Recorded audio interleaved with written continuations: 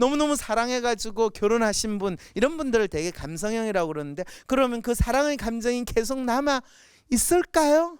예, 인간의 경우에 그 사랑의 감정이 남아있는 건 기껏해봤자 대개 이 18개월에서 2년을 넘어가기가 힘듭니다. 아니 그런데 저는 벌써 결혼한 지 10년이 됐는데 왜 아직까지 저 사람에 대해서 사랑하는 감정이 있을까요? 글쎄, 감성형은 이런 사람입니다. 내 짝이 나로 인해 행복해졌으면 좋겠다. 결혼해도 연애하듯 배우자를 보면 가슴이 뛰었으면 좋겠다. 서로의 부족한 반쪽을 채워주는 사람이 짝이다. 나와 결혼한 사람은 정말 행운하다. 필이 통하면 그 사람의 조건, 학벌 등은 고려하지 않는다. 결혼을 했다면 배우자의 언어폭력, 욕, 막말은 절대 참을 수 없다. 노인이 되었어도 짝만 있다면 외롭거나 고달프지 않을 것이다. 배우자는 함께 아이를 키울 수 있는 사람인지가 중요하다. 내 짝과는 한날 한시에 함께 죽고 싶다. 짝이라는 것은 기다리다 보면 언젠가 나타난다. 상당히 이야기를 들으니까 기분이 상당히 좋으시죠? 예, 이게 감성의 결혼을 대해서 사람들이 생각하고, 또 이런 결혼의 모습을 이 선생님이 지금 보이고 계시죠? 네라고 말씀하셨어요. 예, 그러신 것 같아요. 그런데 원래 결혼하기 전에는 이런 생각을 가지신 분들이 대개는 이런 생각으로 바뀌어요. 그걸 좀비형이라고 이야기합니다.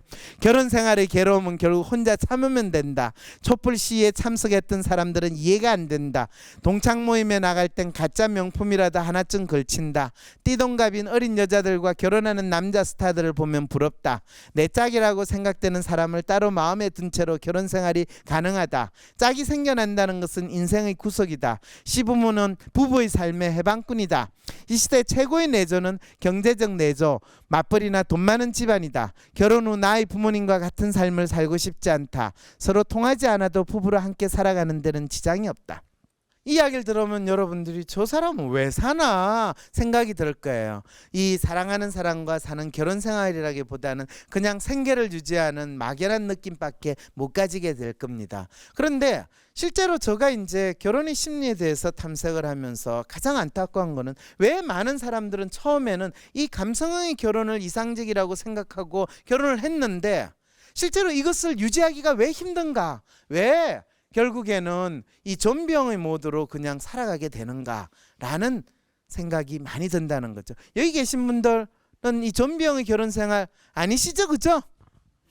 네, 아니시죠, 그죠? 네. 네, 그럼 뭐예요? 행복하게 살고 행복하게 감성형으로 계속 사세요? 정으로 살고 있죠. 네, 정으로 산다. 그랬을 때 이 감성형으로 살다가 감성은 사라지고 정만 남는 건가, 이제 이런 생각을 하게 됩니다. 진짜 내가 사랑하는 사람, 가슴이 뛰는 사람하고 결혼을 하면 이 로맨틱한 정서가 죽을 때까지 유지될 거라고 기대를 하는 겁니다. 한국 사람들이 이상적으로 생각하는 결혼의 모습인데, 현재 이 이상적으로 생각하는 결혼의 모습 자체가 그 나름대로 사실은 현실에서는 상당히 다른 모습으로 바뀌고 있고, 또 가장 결혼이나 짝이라고 이야기해서 많은 사람들이 원하는 것은 저 로맨틱한 부분이 잘 유지가 되기를 원합니다. 그런데 사실은 내가 어떤 사람에 대해서 사랑하는 감정이 유지되기를 기대하는 그 자체는 인간에서 할 수 없는 거라고 인정을 해야 되는데, 많은 사람들은 그게 유지되기라고 기대를 한다는 거죠. 그럼 어떻게 해야 됩니까? 2년 정도 지나면 그 감성이 없어지면 어떻게 해야 됩니까? 바로 거기서 2년마다 다시 그 감성을 계속 만들어내야 되는 걸 공부를 하거나 서로에 대해서 알아나가야 됩니다. 그런데 여러분들이 실제로 같은 얼굴 모습을 하고 같은 이름을 사용하는 사람이긴 하지만은 10년 전의 나의 모습과 20년 전의 나의 모습을 생각을 한다면 아마 내가 같은 사람이라고 생각하기 힘들 겁니다. 심지어는 어제의 나와 오늘의 나는 같은 사람이냐라고 하면 다른 사람이라는 거죠. 그랬을 때 대부분의 한국 사람들이 자신의 삶에 있어서 무엇을 이야기하냐면, 나의 삶이 안정되게, 나의 삶이 마치 정답과 같은 뭔가 해답이 있으면 내 삶이 안정되고 편안하게 살지 않을까라는 기대를 하고, 결혼도 바로 그것을 바라는 상황에서 내가 사랑하는 사람하고 편안하게 안정된 삶을 살겠다라고 기대하는 그 순간에 사실은 결혼이 좀비형으로 바뀌는 결과를 초래하게 된다는 겁니다. 그래서 좀비형은 뭐냐 하면 모든 잘못을 상대방에 기인하고 또 심지어는 이제는 상대방에 대해서 바라는 것도 없어요. 포기했어요. 이런 마음 상태가 되고 그리고 사는 건 다 거기서 거기에요 라고 이야기를 하게 된다는 거죠. 그 말은 뭐냐 하면 내가 결혼을 하자마자 이제부터 진짜 해야 되는 거는 내하고 같이 사는 이 사람이 무엇을 원하고 또 이 사람이 나에게 무엇을 기대하고 있는가에 대해서 배워나가야 되는데 대부분의 사람들은 뭘 기대하냐면 저 사람이 내 마음을 알아주고 이해해 주기를 원해요. 그리고 재미있는 건요. 감성형의 결혼 생각을 하는 사람들의 대표적인 특성이 뭐냐 하면요. 상대방이 내 마음을 이해해 주기를 기대하는 마음이 다른 사람보다 훨씬 높으신 분들입니다. 그러셨어요? 그런 것 같은데요. 네.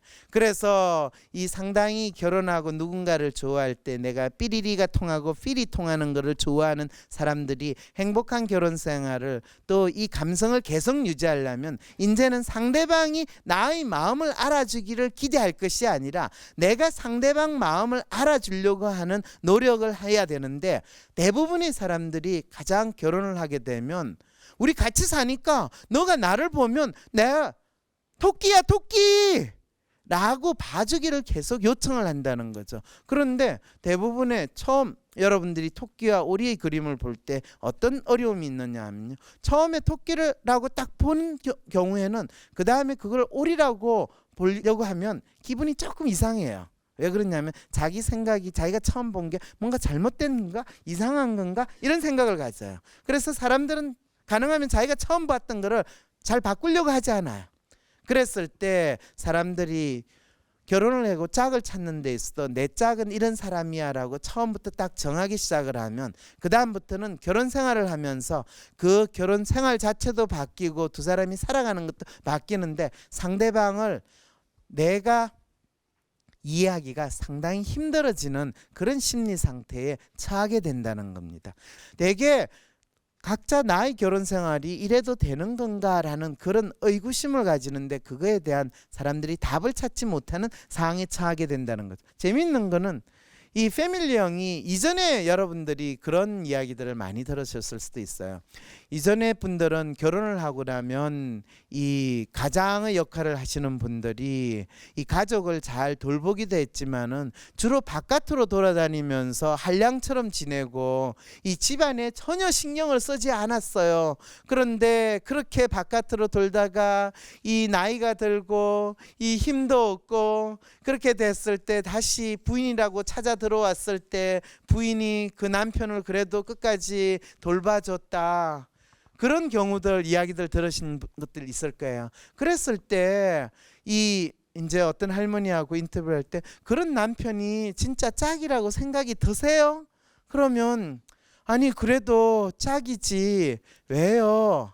아니 나랑 가장 오래 같이 살았잖아. 그랬을 때 이제 어쩌면 우리가 짝이라고 생각할 때 그분들의 마음은 지금까지 저도 개인적으로 처음에 이 연구를 하기 전에 우리가 짝이라고 생각하는 사람들은 누군가가 정해져 있는 줄 알았어요. 어떤 이 많고 많은 사람 중에서 우리가 짝이라고 할 때는 이 사람 한 사람 딱 정해져 있는 것이 인간의 심리에서 운명과 같은 짝이다라는 것이 실제로 일어나는 일인 줄 알았어요. 그런데 놀랍게도 실제로 사람들의 삶에서 일어나는 심리로서 짝이 어떻게 나왔느냐 하면 처음에 어떤 사람하고 결혼을 하는지 그거는 중요하지 않아요. 짝은 어떤 사람하고 가장 오래 사는 사람이 바로 그 사람이 어떤 사람의 마음속에 짝이라는 위치를 차지하게 되는 거지 처음부터 정해져 있는 것은 아니었다라는 것이 한국 사람의 심리 속에 있다라는 것을 알게 됐다는 거죠. 그래서 실제로 이 패밀리형 같은 경우에 그냥 부모님이 나에게 정해준 사람하고 별 생각 없이 오래 살게 되면 그 사람이 운명적인 짝이 되는데, 그렇지 않고 내가 내 나름대로 연애도 해보고 싶고 또 내가 결정을 해야 되겠다 이런 생각이 들 때는 상당히 많은 보헤미안처럼 이곳저곳 내 나름대로의 자유를 찾아가지고 가족의 구속이 없이 사람들을 찾아드는 이런 일들이 벌어지기 시작을 해요. 그래서 그런 결혼 생활을 이제 보헤미안형이라고 그러는데, 요즘에는 이런 결혼 생활을 하는 분들은 그렇게 많이 찾아볼 수는 없어요. 근데 과거에 이 나이 드신 분들이 결혼 생활을 이야기할 때는 배우자 되시는 분이 이런 보헤미안적인 그런 모습을 보인 이야기는 상당히 많이 해요. 이제 이쯤 이야기하면 여러분들이 결혼이라는 것이 어떤 하나의 모습으로 모든 사람들이 똑같이 그 모습을 쫓아가는 것이 아니라 내가 어떤 모습을 지금 가장 이상적으로 생각하고 있고 또 어떤 것이 내가 원하는 결혼의 모습인가, 내가 찾고 있는 짝의 모습인가 한번 생각을 해볼 필요가 있겠구나라는 생각이 여러분들한테 조금 들었으면 이 강의가 이제 마지막으로 정리가 될 수 있을 것 같아요.